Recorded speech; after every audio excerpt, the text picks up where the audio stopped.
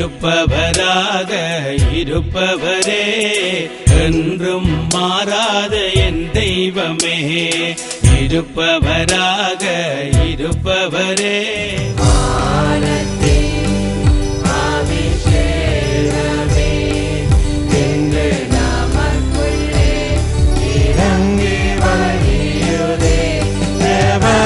மகிமை நம்மையெல்லாம் பரிசுத்த ஸ்தலத்தில் மூடுதே. தேவனின் மகிமை நம்மையெல்லாம் பரிசுத்த ஸ்தலத்தில் மூடுதே. ஓ தேவ பிரசன்னமே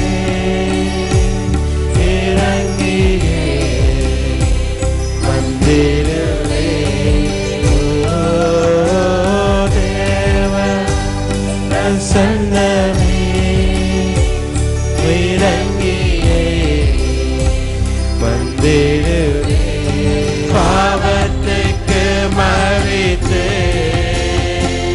நான் நீதிக்கு பிழைத்திட உன் திரு உடலிலே என் பாவம் சுமந்தீரையா. உன் திரு உடலிலே என் பாவம் சுமந்தீரையா. ஒப்பு கொடுத்தீரையா. உம்மையே எனக்காக உலகின் ரட்சகரே, உன்னத பலியாக வல்லமை உண்டு உண்டு அற்புத வல்லமை இயேசுவே. வல்லமை உண்டு உண்டு அற்புத வல்லமை இயேசுவே. It's His blood that sets me free. It's His blood that sets me free. It's His blood. It's His blood. It's His blood that sets me free. அவர் ரத்தத்தால் விடுதலையே, அவர் ரத்தத்தால் விடுதலையே, ரத்தத்தால் ரத்தத்தால் இயேசு ரத்தத்தால் விடுதலையே. Oh, all the way to Calvary He went for me. Jesus went for me. Jesus went for me. All the way to Calvary He went for me. He died to set me free. Oh, Calvary te pona en Yesu, en Yesu, oh en Yesu. Calvary te pona en Yesu, en pavam ningave. You are stronger, you are stronger. Sin is broken, you have saved me. It is written, Christ is risen. Jesus, you are Lord of all. No beginning and no end. You are my hope and my defense. You came to seek and save the lost. Paid it all upon the cross. You are stronger, you are stronger. Sin is broken, you have saved me. It is written, Christ is risen. Jesus, you are Lord of all. அறிந்திடாமல் செய்திடும் இவர்களை மன்னியும் என்றாரே. பிதாவிடம் மன்னியும் என்றாரே. அறிந்திடாமல் செய்திடும் இவர்களை மன்னியும் என்றாரே. பிதாவிடம் மன்னியும் என்றாரே. பார சிலுவை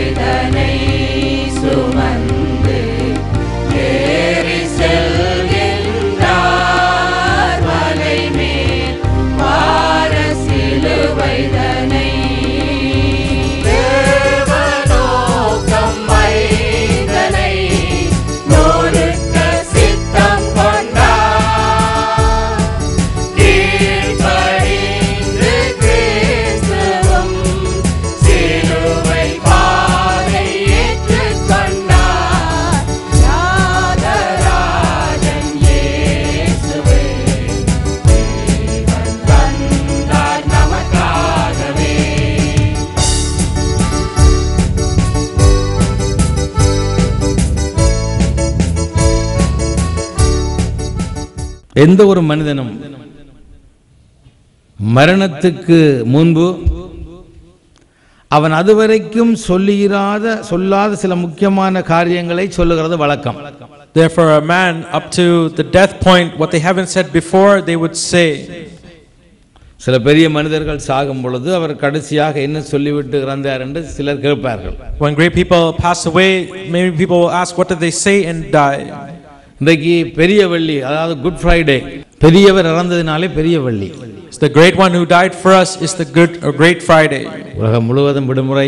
It's a holiday for this whole world. தன்னுடைய ஜீவனை எங்களுக்காக அவர் கொடுத்த இந்த நாள், This day that he gave his life for us.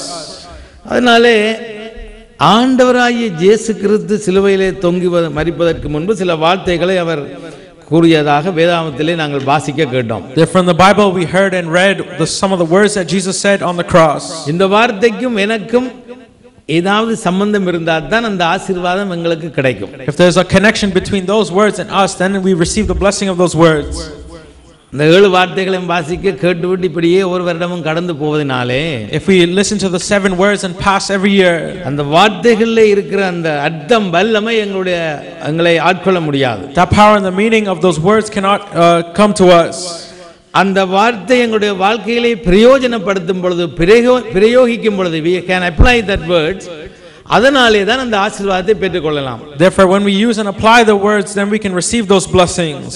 அதாவது அப்படியாக அவர் அந்த வார்த்தைகளை கூறின வார்த்தைகளை தான் கிறிஸ்து சிலுவையிலே மொழிந்த 7 வார்த்தைகள் என்று இன்றைக்கு உலகம் முழுவதும் தியானிப்பார்கள். Therefore, in this whole world they meditate the 7 last words that Jesus said on the cross. அவை இன்றைக்கும் நம்முடைய ஆவிக்குரிய ஜீவியத்துக்கு மிகவும் பிரயோஜனமானது. Therefore, for today in our spiritual lives it's very important. முதலாவது என்ன வார்த்தை? What is that first word? முதலாவது வார்த்தையே மன்னிப்பு தான். Therefore, the first word speaks about forgiveness. அவர் சிலுவையிலே தொங்கிக் கொண்டிருந்த போது, when he was hanging on the cross, சந்தோஷமாயா தொங்கி இருப்பார்? would he be there with joy? வேதனைகளுக்கு மத்தியிலும், in the midst of troubles, கஷ்டங்களுக்கு மத்தியிலும், the midst of problems, ரத்தம் சிந்தி பலவீனப்பட்டிருந்த சூழ்நிலையிலும், in the time of weakness of shedding blood, அவர் சொன்ன வார்த்தை, the word he said, பிதாவே, Father, இவர்களுக்கு மன்னியும், forgive them, தாங்கள் செய்கிறது இன்னதென்று அறியாதிருக்கிறார்களே. but they do not know what they are doing. கர்த்தருடைய சித்தம், அவருடைய உள்ளத்தின் பாரம் என்ன என்பது இந்த வார்த்தைகளிலே தெளிவாய் தெரிகிறது. Through these words we see what his plan or what his purpose and burden was. மன்னிப்பு, forgiveness, இது கிறிஸ்துவின் தன்மை. that is the way of God. அந்த பிரகாரமா இந்த உலகத்திலே நாம் நமக்கு சத்துருக்களாய் இருப்பவர்களை, in this world those who seem to be our enemies, நம்மை வேதனைப்படுத்துகிறவர்களை, for those who hurt us, நாம் மன்னிக்க வேண்டும் என்பது கிறிஸ்துவின் சித்தமும் கட்டளையும். it's the command and purpose of God that we will forgive them. இன்றைக்கு अनेक குடும்பங்களிலே, in many families today, கணவன் மனைவியோடு பேசுவதில்லை, the husband doesn't and wives don't speak to each other, பிள்ளைகள் தாய் தகப்பனோடு பேசுவதில்லை, the children don't speak with their parents, ஒருவரோடு ஒருவர் உறவு கொள்ளாதபடி பகையோடு இன்றைக்கு ஜீவிக்கிற अनेகர் இருக்கிறார்கள். there's many people without friendship, they're living with hatred. ஆனால் நானும் நீங்களும், but you and I, கிறிஸ்துவை ஏற்றுக்கொண்டது உண்மையானால், if it's true that we accepted our God, ஒருவரை ஒருவர் மன்னிக்கிற சிந்தை நம்மில் உருவாக வேண்டும். we must have the mindset to forgive one another. சிலர் சொல்லுக கேட்டிருக்கிறேன், some people I've heard say, 5 வருடம் நாங்கள் இவரோட கதைப்பதில்லை, I don't speak with them for 5 years, 10 வருடங்கள் இவரோட கதைப்பதில்லை, for 10 years. இது கிறிஸ்துவின் சிந்தை அல்ல. This is not the mindset of God. Kalvari காட்சி உனக்கு, உங்களுக்கு, உங்கள் குடும்பத்துக்கு, எனக்கு, என் குடும்பத்துக்கு ஆசீர்வாதமாக இருக்க வேண்டும் என்றால், if these things of the cross needs to be a blessing for you, your family and for I, நானும் நீங்களும் உண்மையான கிறிஸ்தவர் என்று சொல்லிக் கொள்வது மெய்யானால், if it's true that we can say we are true Christian, நாங்கள் மற்றவர்களை மன்னிக்க கற்றுக்கொள்ள வேண்டும். we must learn to forgive others. எப்பேற்பட்ட துரோகம் செய்திருந்தாலும், no matter what kind of thing they have done against you, அந்த மன்னிக்கும் சிந்தை உள்ளத்தில் இருக்குமானால், if that forgiving mindset is in our hearts, அந்த கிறிஸ்துவின் சிந்தை உள்ளத்தில் இருக்கிறது என்று அர்த்தம். that means we have the mindset of God in us. கிறிஸ்துவுடைய மன்னிப்பின் வார்த்தை, the words of Christ about forgiveness, இன்றைக்கு என்னோடும் உங்களோடும் பேசட்டும். let us speak with you and I today. யாருடனாவது நீங்கள் பேசாமல் இருக்கிறார்களாக இருந்தால், if there's someone maybe you don't speak with, குடும்பத்துக்குள்ளே விரோதமான சமாதானம் இல்லாமல் நீங்க இருக்கிறதாக இருந்தால், or in the families there's no peace and there's hatred, இன்றைக்கே நீங்கள் ஒப்புரவாக வேண்டும். today you must repent repent and come together. கர்த்தர் ஒரு பெரிய ஆசீர்வாதத்தை உங்களுக்கு தருவார் என்பதை மறந்து விடாதீர்கள். Do not forget there's a great blessing the Lord can have with you. முதலே சொன்னது போல Like I said before, பேசுவதினாலும் அல்ல, not only through speaking, கேட்பதினாலும் அல்ல, not only through listening, அதை செய்வதினாலே தான் ஆசீர்வாதத்தை பெற்றுக்கொள்ள முடியும். but receive blessings through the actions we do. இரண்டாவது வார்த்தை என்ன? The second word he said, இரண்டாவது வார்த்தை, இன்றைக்கு நீ என்னுடனே கூட பரதீசில் இருப்பாய். his second words is, today you will be with me in paradise. தேவனுடைய பிள்ளைகளாகிய நம்முடைய வாழ்க்கையிலும் In our lives as children of God, பாவத்தோடு ஜீவித்த நாட்களை யோசித்து பார்ப்போம். if we think of the days we lived with sin, கர்த்தரிடத்திலே மன்னிப்பு கேட்ட அன்றைக்கே that day we asked for forgiveness to the Lord, our மன்னித்திருக்கிறார். he forgiven us. இதுதான் நாம் நம்முடைய தேவனிடத்தில் காண்கிற ஒரு விசேஷித்த காரியம். This is a special thing we see in the Lord. நானும் நீங்களும் எப்பொழுதும் நம்முடைய பாவங்களுக்காக மனஸ்தாபப்பட்டு Until the day we felt ill for our sins, ஆண்டவருடைய பாதத்துக்கு அங்கே வருகிறோமோ, the day we come to the presence and the feet of God, அந்த நிமிடமே ரட்சிப்பு உண்டாகும். in that moment we receive salvation. இதுக்கு பெரிய விலை ஒன்றும் கொடுத்து நீங்க வாங்க வேண்டியதே இல்லை. We don't need to spend any amount of money to buy it, ஏனென்றால் அவருடைய இரத்தம் because his blood, எங்களுக்காகத்தான் உங்களுக்காகத்தான் சிந்தப்பட்டது. it was shed for you and for me. எங்களுடைய பாவத்தை அறிக்கையிட்டு As we repent from our sins, நாங்கள் கழுவப்படுவோம் என்றால், and if we are washed, இப்பொழுதே இன்றைக்கே ரட்சிப்பு உண்டு. then at this moment, at this time, there's salvation. எத்தனை நாட்கள் பாவத்தோடு வாழப் போகிறீர்கள்? How many days are we going to live in sin? எத்தனை நாட்கள் பிரச்சனையோடு வாழப் போகிறீர்கள்? How much days are we going to live with problems? நானும் நீங்களும் சந்தோஷமாக இருக்க வேண்டும் என்பதுதான் தேவனுடைய சித்தம். It's the will of God that you and I should live with joy.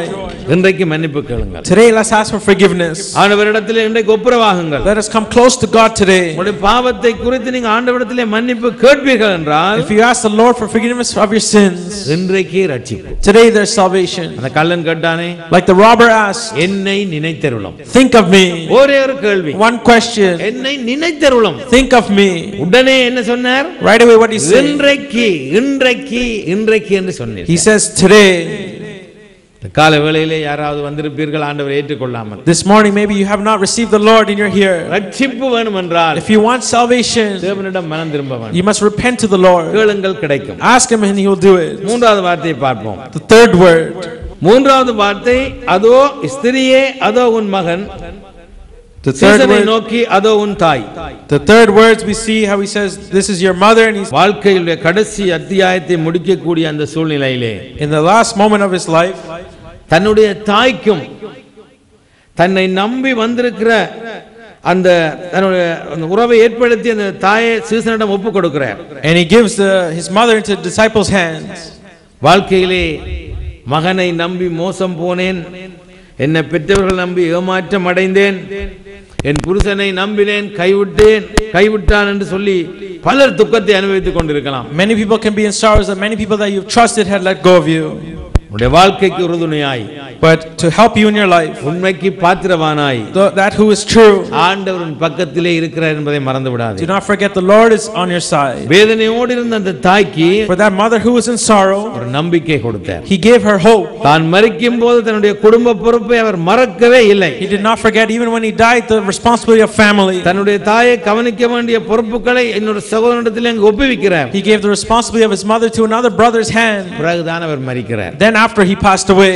அதாவது தன்னுடைய இதே மாதிரி பிள்ளைகள், இந்த சம்பவத்தை கேட்கிற குடும்பத்திலே இருக்கிற ஒவ்வொரு பிள்ளைகளும், Therefore for every children who is listening to the situation, பெற்றோரை கனப்படுத்த பழக வேண்டும். we must learn to honor our parents. தங்கள் பெற்றோரை கவனிக்க பழக They வேண்டும். must learn to take care of their parents. இது மிகவும் முக்கியமான ஒரு காரியம். This is something very important. இன்றைக்கு நம்பிக்கைகளே தன்னுடைய வாழ்க்கையிலே, In your life where you have lost hope, அப்பொழுது இயேசு நம்பிக்கை தருவார். then the Lord can give you hope. குடும்பத்தை, The families, தாயை, your mother, தகப்பனை, your father. வேதம் சொல்லுகிறது, The Bible tells us வாழ்நாள் நீடித்திருப்பதற்கும், for you to have long life நீ ஆசீர்வாதமாக and for இருப்பதற்கும் you to be a blessing. என்ன செய்ய சொல்லுது? What does it command us to do? உன் தாயையும் உன் தகப்பனையும் கனம் பண்ணு. Honor your parents first. தாயையும் தகப்பனையும் கனம் பண்ணினி என்றால், if you honor your mother and father, அந்த எபிரேயர் 6வது அதிகாரம் நம்புறத வாசித்து பார்த்தா விளங்கும். and you can read it and you understand, நீ நீடித்த நாளாய் ஆசீர்வாதமா இருப்பதற்கு அதுதான் வழி. that is the way to have long life and blessing. அதான் முந்தி சொல்லி கொடுப்பார்கள், We tell you before, அன்னையும் பிதாவும் முன்னறி தெய்வம். பெற்றோரை கனப்படுத்த பழக வேணும். இங்கே அவர் அந்த உறவு முறையின்படி கனப்படுத்தி காண்பித்தார். therefore through these words we see how we should honor our parents. 4வது வார்த்தை, The 4th word, என் தேவனே என் தேவனே my God, ஏன் என்னை கைவிட்டீர்? why have you forsaken me? பிதாவோடு உள்ள தொடர்பு ஒருபோதும் மறந்து போக கூடாது என்பது தேவனுடைய சித்தமாக இருக்கிறது. His will is that we will never forget the fellowship with our Father. நம்முடைய வாழ்க்கையிலே, in our lives, கர்த்தரோடு இருக்கிற அந்த தொடர்பு இணைப்பு ஒரு நிமிடம் கூட அறந்து போக கூடாது. that connection with the Lord should never be broken. ஆண்டவர் இந்த உலகத்தின் பாவங்களுக்காக அந்த இயேசு கிறிஸ்து ஒரு நிமிடம் கைவிடப்பட்டார். For the sins of this world he was let go. அந்த நிலைமையிலே, In that circumstance, அவர் என்ன சொல்லுகிறார்? what does he say? என் தேவனே ஏன் என்னை கைவிட்டீர் என்று சொல்லி அவர் ஏங்குகிறதை நாம் பார்க்கிறோம். We see him crying, my God, why have you forsaken me? அப்போ கர்த்தரோடு உள்ள அந்த உறவு, Therefore that fellowship with the Lord எப்பொழுதும் இருக்க வேண்டும். it must always be for us. அவருக்கு இருந்த அந்த ஏக்கம் That desire, நமக்கு இருக்க வேண்டும். it should also be with us. அப்பொழுதுதான் கர்த்தர் நிச்சயமாய் நம்மை ஆசீர்வதிப்பார். Then the Lord can surely bless us. ஞாயிற்றுக்கிழமையில மாத்திரமல்ல, Not only on Sundays, length டேஸ்ல மாத்திரமல்ல, not only during Lent days, எப்பொழுதும் இருக்க but வேண்டும். it always be there. 5வது வசனத்தை வாசிப்போம். The 5th words. அதன் பின்பு எல்லாம் முடிந்தது என்று இயேசு அறிந்து வேத வாக்கியம் நிறைவேறத்தக்கதாக தாகமாய் இருக்கிறேன் என்றார். 5வது வார்த்தை தாகமாய் இருக்கிறேன். The 5th word is that he is thirsty. கர்த்தருடைய இந்த தாகம், The thirst of the Lord, சரீரத்திலே ஏற்பட்ட தாகம் என்று எண்ணி, that the thirst of his body. அவருக்கு கசப்பான காடியை அங்கே கொடுத்தார். And we see how they gave him the sour and vinegar. ஆனால் அவர் அதை குடிக்கவில்லை என்று வேதத்திலே The சொல்லப்பட்டிருக்கிறது. Bible is written he didn't drink it. அப்ப அவருடைய தாகம் என்ன? Therefore what is his thirst? வித்தியாசமான தாகம். It was a different thirst. ஒரு முறை சமாரிய ஸ்திரியோடு பேசிக் கொண்டிருப்பதற்கு முன்பாக Before he talked with the Samaritan woman, அவர் சொன்னார் தன்னுடைய சீசரிடம், நான் பசியா இருக்கிறேன். he told the disciples he is hungry. அவர்களுக்கு போய் எல்லாம் வெளியிலே போஜனம் கொண்டு வருகிறார்கள். They went and brought food for him. உடனே சொல்லுகிறார், என் பசி தீர்ந்து விட்டது. Then right away he said his hunger is complete. இந்த சம்பவம் உங்களுக்கு தெரியும். We know this. அப்ப என்ன பசி? Therefore what is his hunger? ஆத்தும பசி. Is the hunger of souls. அங்கே அவருடைய ஆத்தும பசி, அவருடைய தாகம் ஆத்தும தாகம். His the thirst was for souls. இன்றைக்கு கூட அவருடைய தாகத்தை தீர்க்க எனக்கும் உங்களுக்கும் மனம் இருக்குதா? Therefore do we have the mindset to complete his thirst? அவர் ஆத்தும தாகம் கொண்டவராய் இருக்கிறார். He is the one that has thirst of souls. எத்தனை ஆத்துமாக்களை நாம் ஆதாயப்படுத்தி ஆண்டவரிடத்திலே கொண்டு வந்திருக்கிறோம் உங்களுடைய வாழ்க்கையிலே. In our lives, how many people have we brought to the Lord? கர்த்தருடைய தாகத்தை தீர்த்து வைப்போம் என்று இந்த லெந்த் நாளிலே இந்த பெரிய வெளியிலே தீர்மானம் எடுப்போம். In this Good Friday, let's decide we will quench his thirst. எங்களை நம்பி, Trusting us, எங்களுடைய கரத்திலே in our ஒரு hands, பெரிய பொறுப்பை தேவன் கொடுத்திருக்கிறார். the Lord has given us a great thing. ஆண்டவர் சொல்லி இருக்கிறார், What he said, இந்த மந்தையிலே இல்லாத अनेक ஆடுகள் எனக்கு உண்டு. that there's many herds that are not in this shepherd. அந்த ஆடுகளின் மந்தைக்குள் வரும் வரையும் Until that comes into my presence, நான் தாகமாய் இருக்கிறேன். that I will be thirsty. என் தாகத்தை நீ புரிந்து கொள்ளுவாயா என்று சொல்லி ஆண்டவர் கேட்கிறார். The Lord is asking, do you understand my thirstiness? என்னை பார்த்து, He asks me, உங்கள் ஒவ்வொருவரையும் பார்த்து கேட்கிறார். and looks at all of you and asks, அவருடைய தாகத்தை தீர்த்து வைக்கிற, பூர்த்தி செய்து வைக்கிறவளாய் நீ வாழ வேண்டும். that you must live as a person who quenches his thirst. ஒரு ஆமென் சொல்லுவோம், கரங்களை உயர்த்தி. Raise your hand and say amen. 6வது வார்த்தை என்ன? The 6th word, முடிந்தது. it is finished. அன்று சொல்லி ஒரு ஜீவனை விட்டார். He said that and gave his life.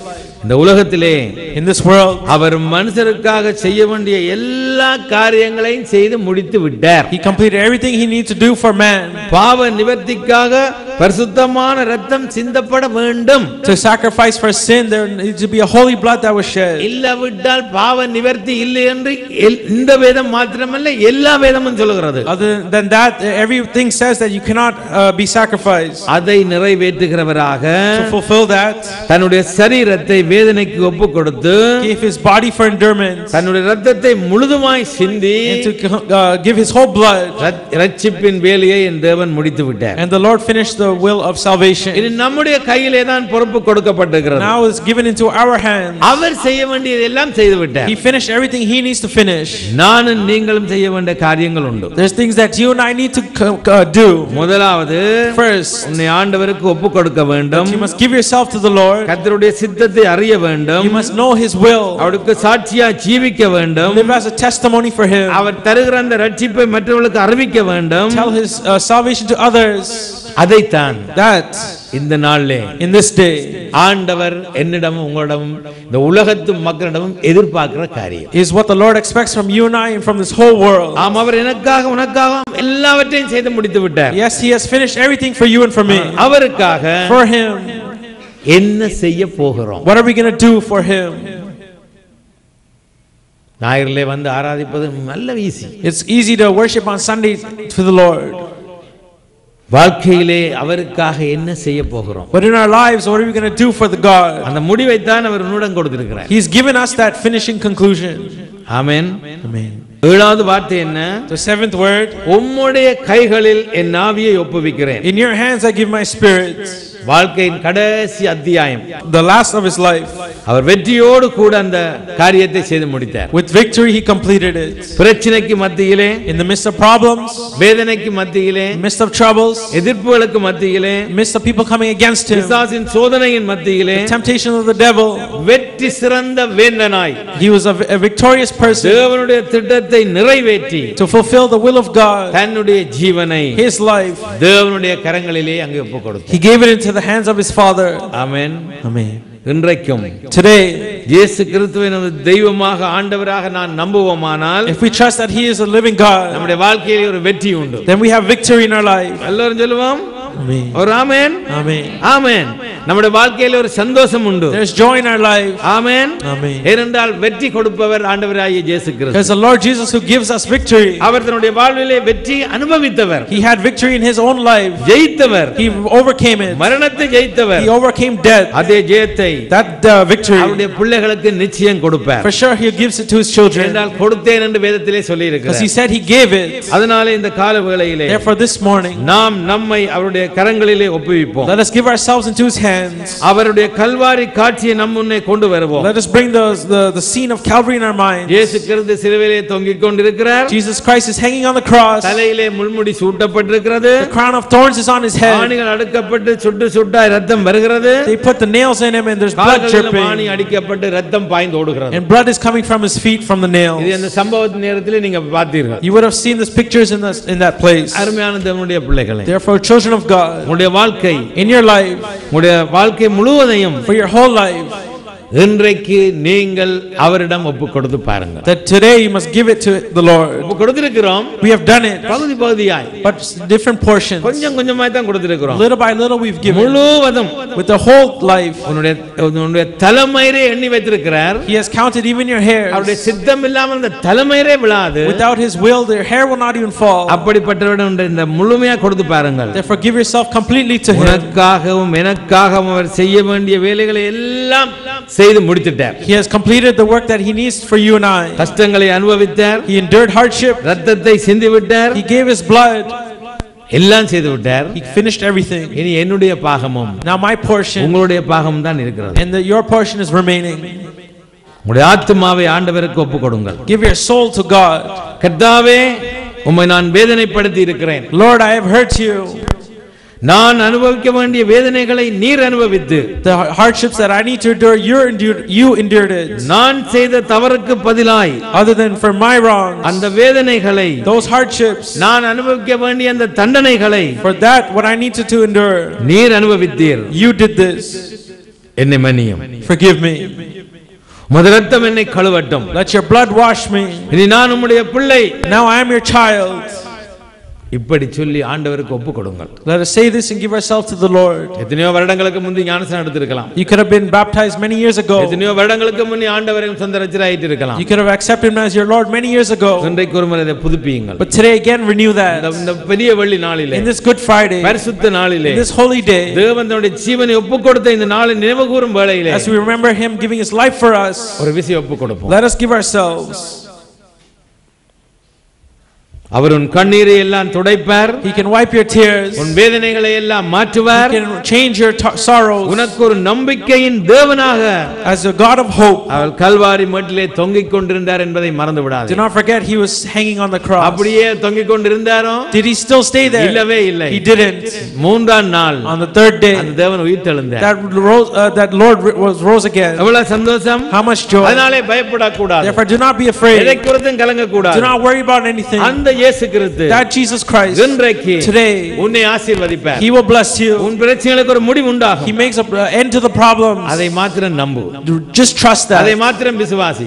Believe in that. இந்த உலகம் முழுவதும் இன்றைக்கு In this whole world today, அதை நம்பி, they believe it. அதை விசுவாசித்து தான் They have faith in இந்த that. நாளை விடுமுறையாய் நாளாக்கி And இருக்கிறார். they made this a holiday. இன்றைக்கு இந்த உலகம் முழுவதும் அவர் நினைவு In கூறுகிறார். this whole world they are thinking of Him இந்த today. கால வேளையிலே In this morning, சிறிய கூட்டமாய் வந்திருந்தாலும் as we're gathered here, நினைவு கூறுவோம். let us remember.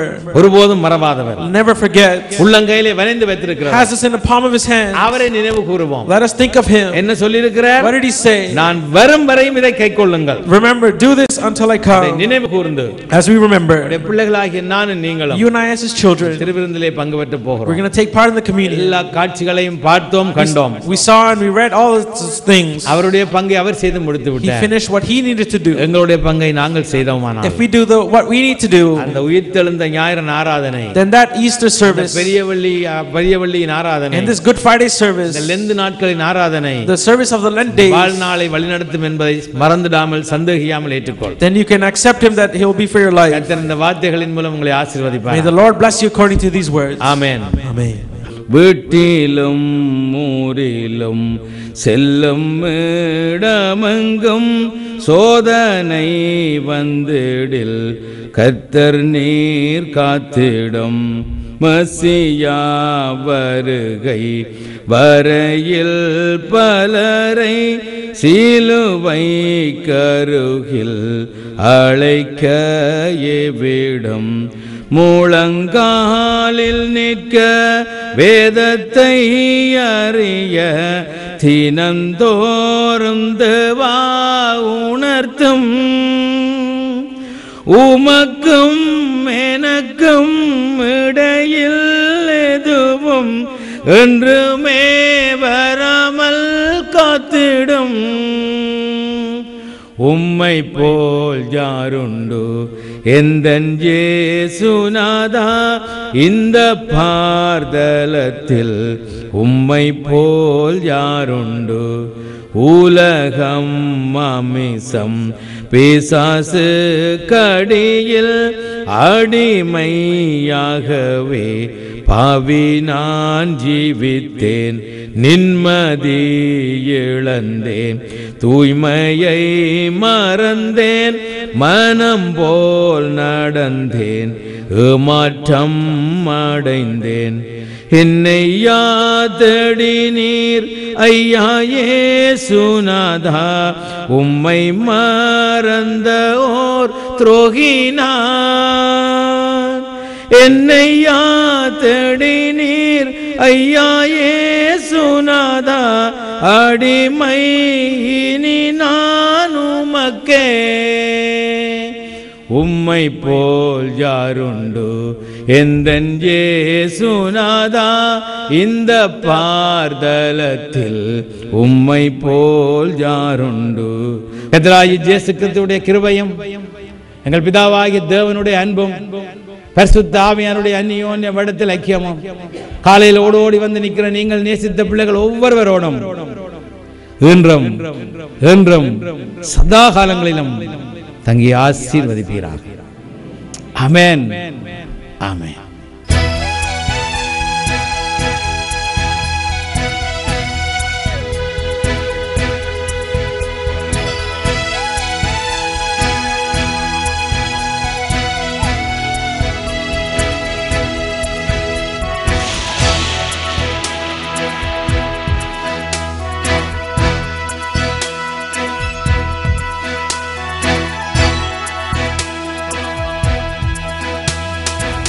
இருப்பவராக இருப்பவரே, என்றும் மாறாத என் தெய்வமே.